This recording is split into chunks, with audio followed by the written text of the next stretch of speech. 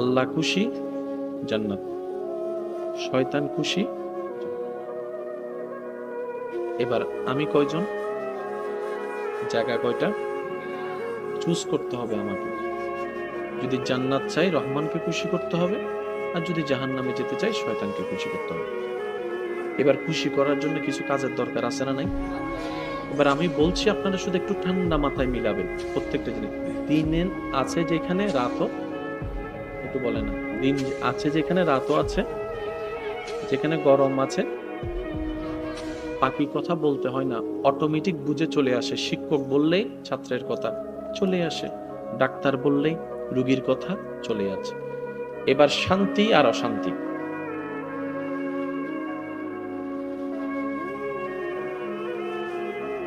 শান্তি আর অশান্তি। যেতে যাচ্ছি কোথায়? জান্নাতে, এখানে আছে কি শান্তি। যাচ্ছি জাহান্নামে, ওখানে আছে কি অশান্তি। শয়তান খুশি মানি জাহান্নাম, রহমান খুশি মানি জান্নাত। বাস। এবার আমি আমার চাওয়ার দিকে মনোযোগ দিব, আপনি আপনার চাওয়ার দিকে মনোযোগ দিবেন, তাহলে আমাদের রাস্তাটা ক্লিয়ার হয়ে যাবে। চাচ্ছি জান্নাতে, যেখানে শান্তি পাবো, তাহলে রহমানকে খুশি করতে হবে, তাহলে কাজের দরকার আছে না নাই? এবার আমি প্রশ্ন করব, আপনার একটু উত্তর দিবেন। হালাল এবং হারাম, যদি জান্নাতে যেতে চাই তাহলে রহমানকে খুশি করতে হবে, যদি জাহান্নামে যেতে চাই তাহলে শয়তানকে খুশি করতে হবে। কেউ কারো দিকে তাকাবো না, আমরা আজকে নিজের দিকে নিজে তাকাবো। দুইটা অপশন আছে, একটা হালাল একটা হারাম। হারাম করলে শয়তান খুশি, হালাল করলে রহমান খুশি। এই পর্যন্ত আমরা কোনটা করেছি উত্তর দেওয়ার দরকার নাই, নিজের প্রশ্ন নিজের কাছেই করি, উত্তরটা নিজের কাছে নিয়ে রাখি। এবার আসুন আমি বলতে যাই, আপনারা শুধু একটু মিলাতে যাবেন। দুইটা অপশন, হালাল এবং হারাম। আমি চলে গেলাম হারামের দিকে, তার মানে শয়তানকে খুশি করেছি। একটা নামাজ একটা বেনামাজ, বেনামাজের দিকে গেছি। একটা আদব একটা বেয়াদবি, বেয়াদবির দিকে গেছি। একটা শালীনতা আর একটা অশ্লীলতা, অশ্লীলতার দিকে গেছি। একটা সুস্থতা আর একটা হচ্ছে মদ্যপায়ী, নেশা, নেশার দিকে গেছি। একটা হচ্ছে চোখের হেফাজত আর একটা হচ্ছে চোখের অহেফাজত, ওইটার দিকে গেছি। একটা সত্য কথা একটা মিথ্যা কথা, রহমানেরটা হচ্ছে সত্যের দিকে, শয়তানেরটা হচ্ছে মিথ্যার দিকে। আমি গিয়েছি, আমরা গিয়েছি মিথ্যার দিকে। একটা হচ্ছে ন্যায় একটা হচ্ছে জুলুম, রহমানেরটা ন্যায়, শয়তানেরটা জুলুম, আমরা গিয়েছি জুলুমের দিকে। একটা হচ্ছে মায়া আর একটা হচ্ছে অভদ্রতা, হিংস্রতা। একটা হচ্ছে মায়া যেটা রহমানের দিকে নিয়ে যায়, আর একটা হচ্ছে জুলুম যেটা শয়তানের দিকে নিয়ে যায়। একটা হচ্ছে ক্ষমা করা আর একটা হচ্ছে প্রতিশোধ নেওয়া। ক্ষমা করাটা রহমানের, প্রতিশোধ নেওয়াটা শয়তানের। আমরা শয়তানের দিকে গিয়েছি। এবার আমার প্রশ্ন আমি আমাকে করব, আপনার প্রশ্ন আপনি আপনাকে করবেন। টোটাল হিসাবে দেখা যাবে যার জমিনে থেকেছি, জমিনটা আল্লাহর, আসমানটা আল্লাহ, নিঃশ্বাস দিয়েছেন আল্লাহ, রিজিক দিয়েছেন আল্লাহ, ইজ্জত দিয়েছেন আল্লাহ, শক্তি দিয়েছেন আল্লাহ, পরিবার দিয়েছেন আল্লাহ, মা ডাকার সুযোগটা দিয়েছেন আল্লাহ, সন্তানের চেহারা দেখার জন্য চোখ দিয়েছেন আল্লাহ। সব কিছু দিলেন রহমান, খুশি করেছি শয়তানকে। সেজন্য আমরা নিজেদের উপর নিজেরাই জুলুম করেছি। আর আপনারা জানেন যে নিজের পায়ে নিজে কুড়াল মারে, তাকে কে আর কি বলবে? তাকে তো আর কেউ কিছু বলার নাই। যেই সন্তান পড়ালেখার হাজার সুযোগ থাকার পরও পড়ালেখা করে না, তাকে আর কে কি বুঝাবে একটু বলেন? সেজন্য আল্লাহ তাআলা বলে, আমি তোমাদের উপর জুলুম করি না। আমি তো সাদা কালো পার্থক্য করে দিয়েছি। আমি তো পজিটিভ নেগেটিভ তোমাদেরকে নবী রাহমাতুল লিল আলামিনের মাধ্যমে জানিয়ে দিয়েছি। চলাটা তোমাদের, নেওয়াটা তোমাদের, গ্রহণ করাটা তোমাদের। তোমরা তো আমার দিকে তাকাও নাই, নিজের আনন্দ খুঁজতে গিয়ে শয়তানকে খুশি করেছ। এইভাবেই আমরা দিনের পর দিন নিজের উপর জুলুম করে নিজের পায়ে কোড়াল মেরেছি। এবার টোটাল হিসাবটা কি দাঁড়ালো? আমরা সবাই কি চাই?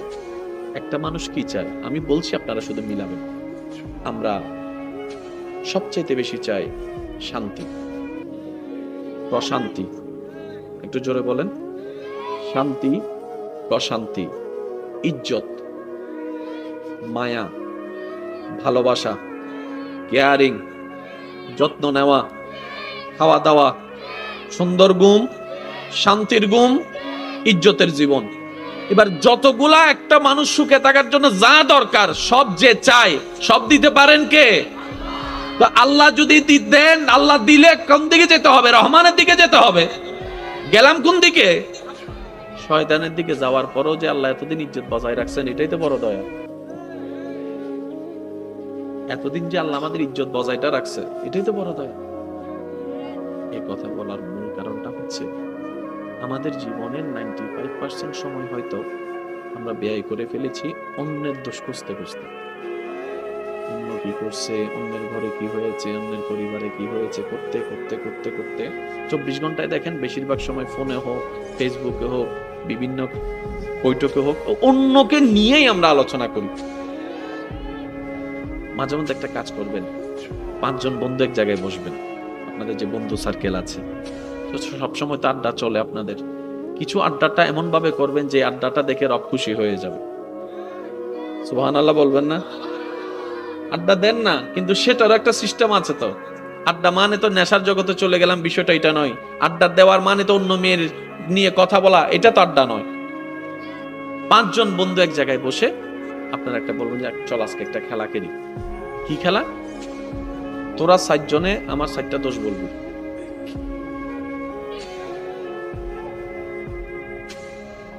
তোরা 4 জনে আমার 7টা দোষ বল। আজকে আমি রাগ করবো না, আজকে আমি শিখবো। কারণ নিজের দোষ নিজের চোখে পড়ে না, অন্যের চোখে পড়ে। তাহলে আজকে আমি তোদের চোখে আমি নিজেকে একটু দেখবো। কারণ বাহিরের মানুষ আমার দোষ ধরলে আমার ইজ্জতে লাগবে, আমার বন্ধু যদি আমার দোষ ধরে সেটা আমার ইজ্জতে লাগবে না। আমি নিজের শুধরানোর রাস্তাটা নিজেই খুঁজে বের করতে পারবো। বলেন না সুবহানাল্লাহ। এবার 4 জন মিলে আপনার 4টা দোষ ধরলো, আপনি 4টা লিখলেন অথবা ব্রেনে লিখলেন। এবার আর বাকি 4 জনে আরেকজনের দোষ ধরবে, এভাবে ঘুরতে থাকবে। ঘুরার পরে দেখবেন এই 5 জনের ভিতরে কয়েকটা দোষ কমন। দোষ বলতে আমি কি বুঝেছি? আপনি বলবেন যে কোন কোন কাজ আমার ভিতরে তোর কাছে মনে হয় আল্লাহ এবং নবী অপছন্দ করে, ওই 7টা কাজ আমারে বল। বুঝতে পারছি কথা? এইবার আপনি পরে প্রশ্ন করবেন, সাই আমার ভিতর 7টা ভালো কাজের কথা বল, যে 7টা কাজ আল্লাহ পছন্দ করে। দেখুন তাদের মুখ থেকে কথাও বের হবে। বুঝতে পারছি দুনিয়ার বিষয় তো আমাদের শেষ হয়ে যাচ্ছে। অন্যকে নিয়ে ভাবতে ভাবতে দরকার কি? একটা মারাত্মক গুনাহ আছে, যে গুনাহটাকে আমাদের কাছে গুনাহই মনে হয় না। সেই গুনাহ হচ্ছে পরনিন্দা করা, গীবত করা। আল্লাহ তাআলা বলছেন কোরআনে, ওয়াইলুল লিকুল্লি হুমাযাতিল লুমাযা। আল্লাহ আল্লাহ। হাসরের ময়দানে আল্লাহর দয়া হয়তো আমরা নামাজ না পড়েও, নামাজের হিসাব কম থাকলেও পার পেয়ে যেতে পারি। রোজার ঘাটতি থাকলেও পার পাওয়ার একটা সুযোগ আছে রবের দয়ায়। কিন্তু এই গীবত, এই পরনিন্দা এমন একটা মারাত্মক গুনাহ, আমি যখন আপনার বদনাম করি, আপনার গুনাহ আমি নিয়ে আমার সওয়াব আপনাকে দিচ্ছি স্বইচ্ছায়। কত বড় বোকামি করছি।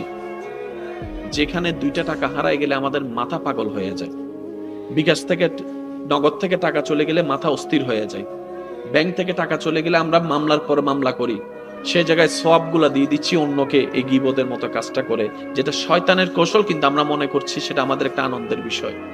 সেজন্য বলা, কিছু কিছু জায়গায় আমাদেরকে একটু ব্রেক লাগাতে হবে যদি আমরা বাঁচতে চাই, যদি আমরা জান্নাত পেতে চাই। চিৎকার দিয়ে বলেন সুবহানাল্লাহ। আল্লাহ আমাদেরকে একটু বুঝদান করুন।